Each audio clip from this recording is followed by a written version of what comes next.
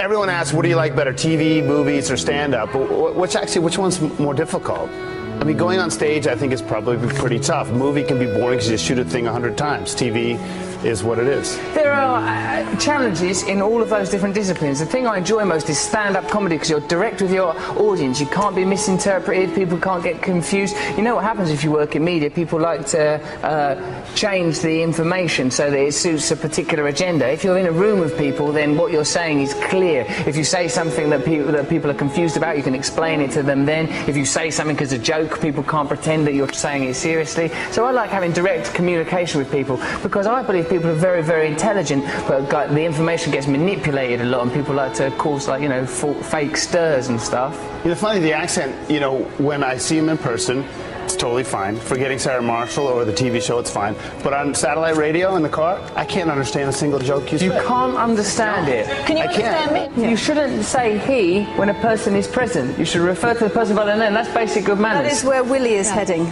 Who is Willie?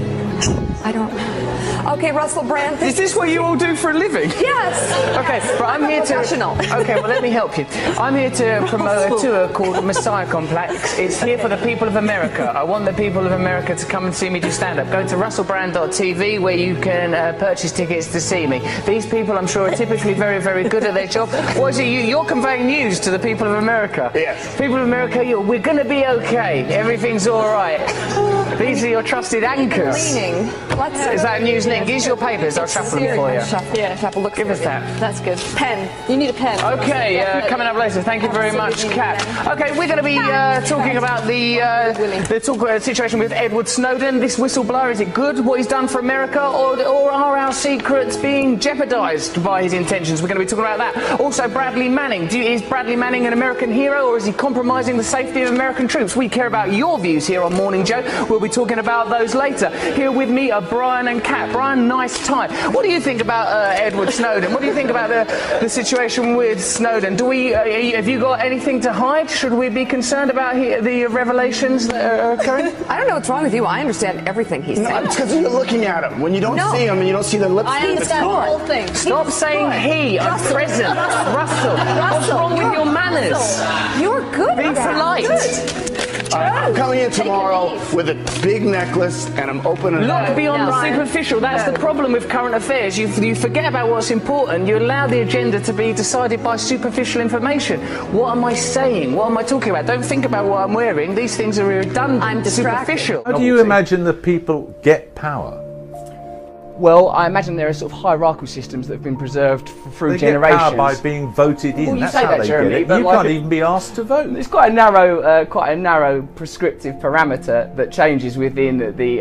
In a democracy, that's how it works. Well, I don't think it's working very well, Jeremy, given that the planet is being destroyed, given that there is economic disparity of a huge degree. Well, why don't you start by voting? I don't think it works. People have voted already, and that's what's created the current paradigm. When did you last vote? Never.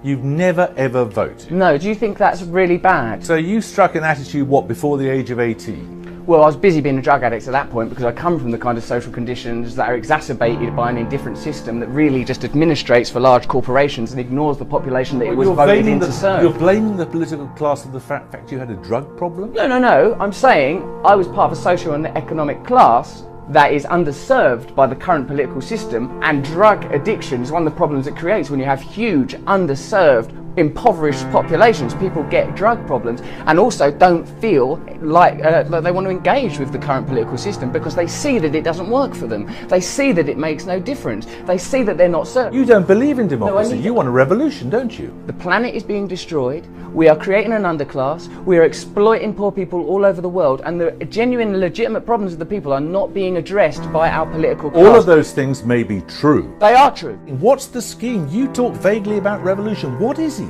I think a socialist egalitarian system based on the massive redistribution of wealth, heavy taxation of corporations, and massive responsibility for energy companies and any company that's exploiting the environment. I think they should be I think the very concept of profit should be hugely reduced. David Cameron says profit isn't a dirty word. I say profit is a filthy word, because wherever there is profit there is also deficit, and this system currently doesn't address these ideas. And so why would anyone vote for it? Why would anyone be interested? Jeremy, don't ask me to sit here in an interview with with you in a bloody hotel room and devise a global utopian system. I'm merely pointing out that the You're current... calling for revolution. Yeah, absolutely. Absolutely. I'm calling for change. This is enough now. Stop voting. Stop pretending. Wake up.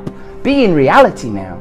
Time to be in reality now. Why vote? We know it's not going to make any difference. We know that already. Aren't you bored? Aren't you more bored than anyone? Ain't you been talking to them year after year, listening to their lies, their nonsense? Then it's this one gets in, then it's that one getting in. But this problem continues. Why are we going to continue to contribute to this facade? I'm surprised you can be facetious when you're that angry about it. Yeah, I am angry. I am angry. Because for me it's real.